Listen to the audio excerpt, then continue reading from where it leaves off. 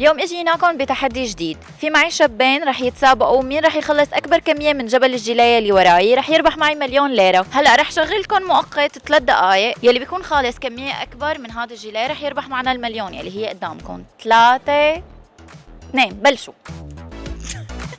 لساتك باول وحدة بس.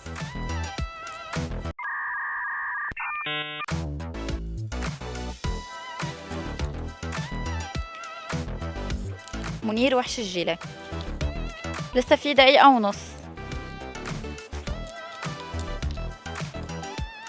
غيرة يلا. أي نكهة طلعت معكم أطيب؟ طيب حدا فيكم يستسلم هلا وياخد 100,000؟ لا خلاص 1,000,000. بس شايفة ما كتير ناقص أنا من الجبل.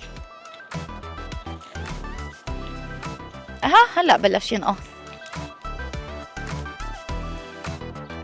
بس أنت ما دقت من هدول الكبار. خلص الوقت. هلا مبدئيا رح مدد لكم دقيقة، اوكي؟ لأن حرام يعني بعد هالكمية اللي أكلتوها أنت حاجة تغش. 3 2 يلا كفوا. معلش تخلوا لي كم وحدة لو سمحتوا. بقي 30 ثانية. ما حدا فيكم بيستسلم؟ خدوها حبية يعني. 5 4 3 2 ستوب. ما في كمان وقت؟ بتخلصون بدقيقة؟ هلا بنشوف. طيب يلا 3 2 يلا بلشوا. وصل الجيلة لوشي يعني. هذا ليش مكبكب نصهم بالأرض؟ الأمة إلك والأمة للكرسي.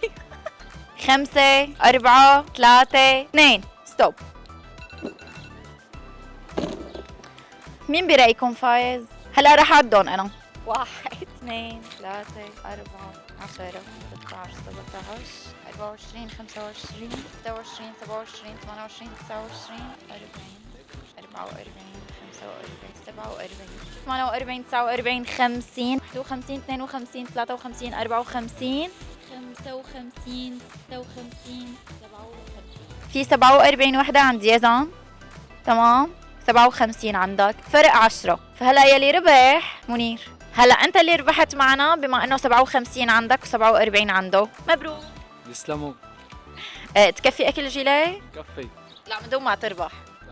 لا نقرش فيهم على الطريق. والله تخبصت كلها، صارت جيلي كلها كامله. صحتين وهنا.